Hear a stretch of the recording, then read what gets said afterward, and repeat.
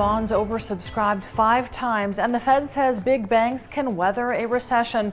You're watching the Daily Brief with Forbes. I'm Ramia Faraj. The UAE has closed its offering of US dollar-denominated dual-tranche sovereign bonds comprised of medium and long-term tranches. The 10-year tranche and a 30-year Formosa tranche, with a total value of $3 billion, saw orders in excess of $15 billion, and the size doubled from the initial target of $1.5 billion. UAE officials say the successful subscription is a testament to the confidence of investors in the credit and stability of the UAE economy. Egyptian fintech player MNT-Halan has acquired Talabeyah, a B2B e-commerce platform, for an undisclosed amount.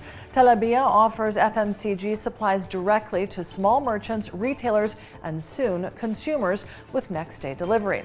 MNT-Halan says the transaction will see it disrupt the current multi-layered and fragmented FMCG supply chain model and empower small merchants. Its digital ecosystem includes small business and consumer lending, payments, and e-commerce. The biggest U.S. banks have sufficient resources to withstand a severe economic downturn and to continue lending to American families and firms. That's according to the Federal Reserve, who subjected 33 banks to its annual stress test exercise. It gauges whether they'd be able to weather a steep global recession where financial markets crash, unemployment hits 10%, and the economy contracts by 3.5%. The results showed that banks would continue to have strong capital levels, allowing them to continue lending during a severe recession. Wall Street stocks closed their last session higher following another volatile session as investors assess how rising recession risk affects the outlook for oil prices and monetary policy. The Dow Jones ended up 0.6%, the S&P gained 1%, and the Nasdaq closed 1.6% higher. Stocks are in positive territory for the week in a shift from the dreary trend this year that's seen equities slump as inflations and tightening monetary policy dominate discussion. Japan's core consumer prices jumped 2.1% again in May, the second consecutive monthly jump and a 7-year high. The core CPI rose 2.1% in May and 2% in April year on year. It's the first time since March 2015 that the figure breached the 2% set by the Bank of Japan as its long-term inflation target.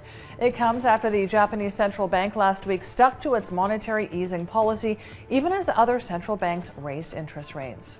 Blackstone has completed its $8.9 billion acquisition of Crown Resorts in the largest transaction to date for the U.S. private equity giant in the Asia-Pacific. The transaction comprises 3 premium resort and casino properties in Melbourne, Perth, and Sydney. Blackstone plans to transform scandal-plagued Crown Resorts into world-class entertainment destinations. Netflix has laid off 300 employees in a second round of cuts, and it's confirmed plans to offer a cheaper ad-supported subscription tier. It comes amid financial troubles after the streaming site lost hundreds of thousands of subscribers in the first quarter of this year. Netflix laid off 150 employees from its 11,000-person staff in May, while also announcing further rounds of layoffs in the future. Binance, the world's biggest cryptocurrency exchange by trading volumes, has signed a partnership with Cristiano Ronaldo to promote NFTs. They'll create a series of NFT collections as part of a multi-year agreement, which will be available for sale on the company's platform. The first Ronaldo collection will be released later this year. Crypto companies are pushing sports partnerships in a bid to go mainstream. And staying with famous footballers, Diego Maradona's signed 1986 World Cup final jersey is going under the hammer at a Beverly Hills auction. Also up for auction are gloves worn by Muhammad Ali in his heavyweight bout against Oscar Bonavena in 1970. The items are among the 600 sports artifacts and memorabilia that are being offered at the Julian's auction. I'm Ramia Faraj. This is the Daily Brief. Thanks for watching. Bye for now.